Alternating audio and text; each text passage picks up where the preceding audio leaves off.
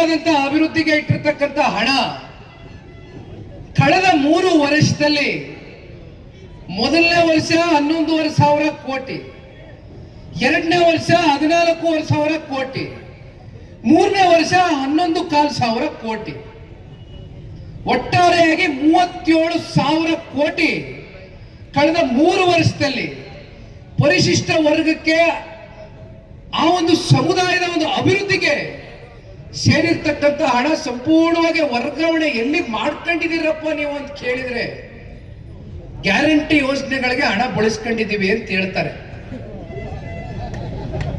ಇದು ಈ ಕಾಂಗ್ರೆಸ್ನವರು ಸಾಮಾಜಿಕ ನ್ಯಾಯ, ಸಾಮಾಜಿಕ ಬದ್ಧತೆ, ಇನ್ಯಾರೂ ಕೂಡ ಸಾಮಾಜಿಕ ನ್ಯಾಯದ ಬಗ್ಗೆ ಆಲೋಚನೆ ಮಾಡತಕ್ಕಂಥ ನಾಯಕರು ಇಲ್ಲ, ಪಕ್ಷವೂ ಇಲ್ಲ ಈ ರಾಜ್ಯದಲ್ಲಿ. ಕಾಂಗ್ರೆಸ್ನವರು ಒಬ್ಬರು ಬಿಟ್ರೆ ಇವತ್ತು ಬೆಳಗ್ಗೆ ಇರ್ತಕ್ಕಂಥ ವಾಸ್ತವಾಂಶ ಒಪ್ಕೊಂಡವರೇ ಮೆಚ್ಚಬೇಕು. ಕಾಂಗ್ರೆಸ್ನ ರಾಷ್ಟ್ರಾಧ್ಯಕ್ಷರ ಸುಪುತ್ರ, ಹೌದು ನಾವು ಡಾಕ್ಟರ್ ಅಂಬೇಡ್ಕರ್ ಅವ್ರನ್ನ ಸೋಲಿಸಿದೀವಿ ಕಾಂಗ್ರೆಸ್ನವರು ಚುನಾವಣೆಯಲ್ಲಿ ಅಂತ ಇವತ್ತು ಒಪ್ಕೊಂಡವ್ರು ನೋಡ್ತಾ ಇದ್ದೆ ಎಲ್ಲೋ ಮಾಧ್ಯಮದಲ್ಲಿ. ಮಾತೆತ್ತಿದ್ರೆ ಡಾಕ್ಟರ್ BR ಅಂಬೇಡ್ಕರ್ ಸಾಹೇಬರು ಬರೆದಿರ್ತಕ್ಕಂಥ ಸಂವಿಧಾನವನ್ನ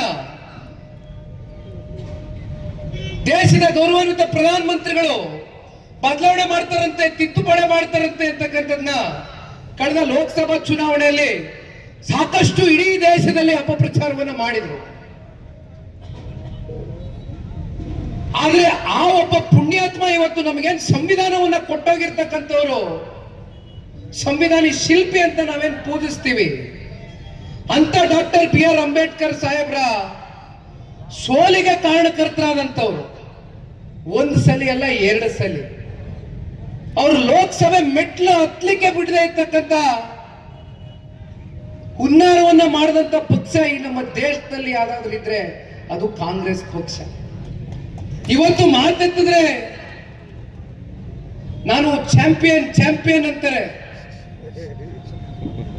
ಮಾನ್ಯ ಮುಖ್ಯಮಂತ್ರಿಗಳು ಇತ್ತೀಚಿನ ದಿನಗಳಲ್ಲಿ ಒಂದು ಹೇಳಿಕೆ ಕೊಟ್ಟರು, ಒಂದಿಷ್ಟು ಉದ್ದ ಬರೆದ್ರು,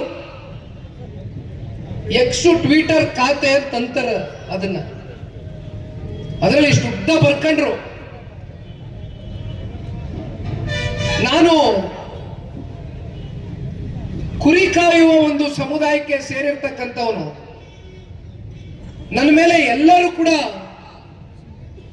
ಒಂದು ರೀತಿ ರಾಜಕೀಯವಾಗಿ ಪ್ರಹಾರವನ್ನ ಮಾಡ್ತಾ ಇದ್ದಾರೆ ಅಂತ ಹೇಳಿದ್ರು. ನನಗೆ ಒಂದು ಅರ್ಥ ಆಗ್ತಾ ಇರ್ತಕ್ಕಂಥ ಅಂಶ,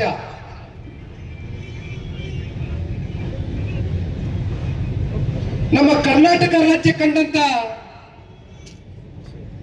ಯಾವ ಒಂದು ಪರಿಶಿಷ್ಟ ಜಾತಿ ಪರಿಶಿಷ್ಟ ವರ್ಗದ ಬಗ್ಗೆ ಇವತ್ತು ಚರ್ಚೆ ಮಾಡ್ತಾ ಇದ್ದೇವೆ, ಯಾವ ಧ್ವನಿ ಇಲ್ಲದೆ ಇರ್ತಕ್ಕಂಥ ಶೋಷಿತ ನೊಂದಿರ್ತಕ್ಕಂಥ ವರ್ಗದ ಬಗ್ಗೆ ಇವತ್ತು ಚರ್ಚೆ ಮಾಡ್ತಾ ಇದ್ದಾರೆ ಮಾನ್ಯ ಮುಖ್ಯಮಂತ್ರಿಗಳು.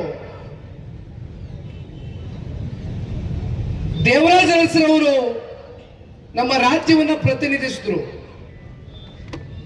ಮುಖ್ಯಮಂತ್ರಿಗಳಾಗಿದ್ರು.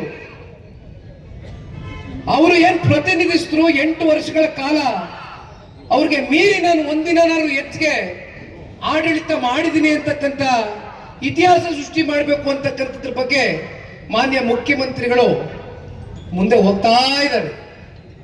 ನನಗೆ ಒಂದು ಅರ್ಥ ಆಗ್ತಾ ಇರ್ತಕ್ಕಂಥ ವಿಚಾರ, 8 ವರ್ಷ ಆಗದೆ ಮುಖ್ಯಮಂತ್ರಿಗಳಾಗಿ, ಈ 8 ವರ್ಷದಲ್ಲಿ ನಮ್ಮ ಕರ್ನಾಟಕ ರಾಜ್ಯಕ್ಕೆ ಅವ್ರ ಕೊಡುಗೆ ಏನಪ್ಪಾ ಅಂದ್ರೆ 7,64,000 ಕೋಟಿ ನಮ್ಮ ರಾಜ್ಯ ಇವತ್ತು ಸಾಲ ಮಾಡದೆ. ಸ್ವತಂತ್ರ ಬಂದಾಗಿಂದ ಅನೇಕ ಜನ ರಾಜ್ಯದ ಮುಖ್ಯಮಂತ್ರಿಗಳಾಗಿ ಆಡಳಿತವನ್ನು ಮಾಡಿದ್ದಾರೆ, ಅನೇಕ ಪಕ್ಷಗಳು ಅಧಿಕಾರದಲ್ಲಿ ಬಂದವೆ. ಆದ್ರೆ 7,64,000 ಕೋಟಿಯಲ್ಲಿ ಅತಿ ಹೆಚ್ಚು ಸಾಲವನ್ನು ಮಾಡಿರ್ತಕ್ಕಂಥ ಕೀರ್ತಿ ಯಾರಿಗೆ ಸಲ್ಲಬೇಕು ಅಂದ್ರೆ,